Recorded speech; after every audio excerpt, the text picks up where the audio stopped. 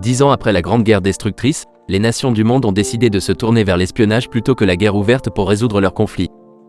Dans la République de Dean, le grand espion Klaus se voit confier une mission impossible qui, s'il parvient à la mener à bien, consolidera sa réputation de plus grand espion du monde. Dans le cadre de cette mission, Klaus rassemble 7 jeunes aspirants espions qui peinent à s'entraîner, dont une fille nommée Lily, dans une équipe portant le nom de Code Lamplight. Il leur explique qu'il va les aider à se préparer à une mission impossible dans l'Empire de Galga, mais s'il s'avère être un maître espion, il est en réalité un piètre professeur. Pensant que Klaus a l'intention de les utiliser comme des pions sacrificiels, Lily tend une embuscade à Klaus avec un gaz toxique dans le but de le forcer à dissoudre Lamplight.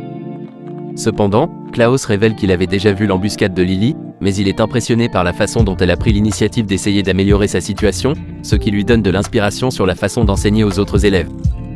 Le lendemain, Klaus installe Lily comme chef d'équipe de Lamplight et leur assure qu'il ne laissera aucune d'entre elles mourir. Afin qu'ils acquièrent les compétences dont ils ont besoin, Klaus met les élèves au défi de le vaincre dans un jeu d'espionnage. Pendant les 5 jours suivants, Lamplight travaille ensemble pour essayer de tendre une embuscade à Klaus, mais sans grand succès car ils déjouent facilement leur plan. Finalement, l'équipe commence à être frustrée jusqu'à ce que Lily suggère qu'ils essaient d'enquêter sur le passé de Klaus. Pendant ce temps, Klaus est informé par son supérieur que l'Empire Galga a volé à la République Dean un échantillon d'une arme biologique mortelle appelée Abystol, et que la mission impossible est de récupérer l'échantillon avant que l'Empire Galga ne puisse en faire l'ingénierie inverse. Klaus retourne alors à Lamplight et leur révèle qu'il est membre de l'équipe Inferno, la meilleure équipe d'espionnage de la République Dean. Cependant, le reste d'Inferno a été tué en essayant de récupérer Abystol, et il a accepté la mission pour les venger. Lamplight, ayant déjà appris son lien avec Inferno et inspiré par sa détermination, accepte de suivre Klaus.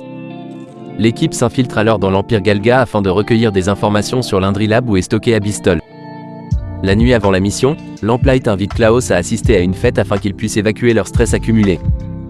Klaus arrive et trouve les filles endormies, et il se souvient d'une leçon qu'on lui a enseignée, selon laquelle une personne prête à dormir devant une autre est un signe de confiance ultime. Klaus jure une fois de plus de ramener toute l'équipe chez elle en toute sécurité. La nuit suivante, Lamplight et Klaus se préparent à s'infiltrer pour tenter de récupérer Abystol. Klaus et Lamplight s'infiltrent dans le complexe, mais Lamplight est intercepté par le mentor de Klaus, Guido, qui révèle qu'il a trahi Inferno et changé de camp. De plus, il avait fait en sorte que leur quartier général soit mis sur écoute, de sorte que l'Empire connaît déjà tous leurs plans. Quoi qu'il en soit, Lamplight décide de se défendre mais est rapidement neutralisé par Guido. Cependant, alors que Guido jubile de sa victoire, Lily révèle qu'il se doutait déjà de la présence d'un traître au sein d'Inferno et ont agi en conséquence, cachant l'existence d'un membre singe nommé Erna qui poignarde Guido. Klaus arrive alors, ayant récupéré Abystol et ordonne à Lamplight de s'enfuir avec elle pendant qu'il s'occupe de Guido. Ralenti par sa blessure, Guido n'est pas de taille contre Klaus, et après avoir été vaincu, il sauve Klaus d'un sniper, prenant lui-même le coup et mourant avant qu'il ne puisse révéler pourquoi il a trahi Inferno. Klaus et Lamplight retournent en République Dean, mais au lieu de se dissoudre et de retourner dans leurs académies respectives, l'équipe décide de rester ensemble et de continuer à apprendre sous la direction de Klaus Tudelen. 20 jours avant la mission impossible, Erna prend sur elle d'essayer de vaincre Klaus. Elle est apparemment maudite par la malchance, ce qui provoque des accidents autour d'elle et fait d'elle l'assassin parfait, bien que cela signifie qu'elle ne peut pas se rapprocher de quelqu'un. Elle rencontre Klaus en ville et tente de l'entraîner dans des accidents, mais l'habileté de Klaus lui permet de les éviter tous. Il dit alors à Erna qu'il sait déjà comment sa capacité fonctionne. Erna ne provoque ni n'attire le malheur, mais sa culpabilité de survivante de l'incendie qui a tué sa famille l'a poussée à rechercher inconsciemment le malheur pour se punir.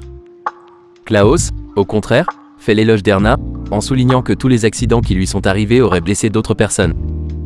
Après s'être montrée reconnaissante de la générosité de Klaus, Erna lui demande de la suivre.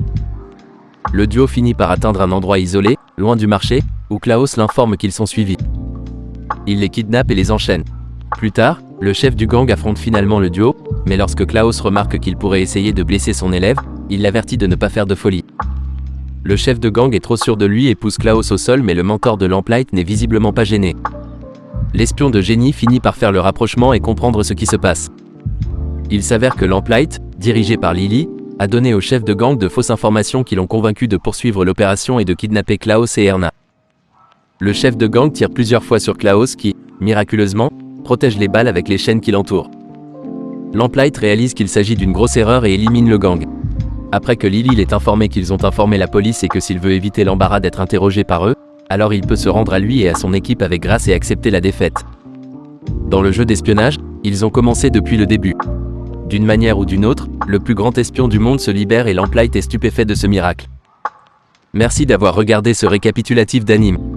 Le titre sera dans la description ci-dessous. Si vous voulez voir la deuxième partie, laissez un commentaire. Si vous voulez voir plus de récapitulations d'animes, veuillez aimer et vous abonner à cette chaîne.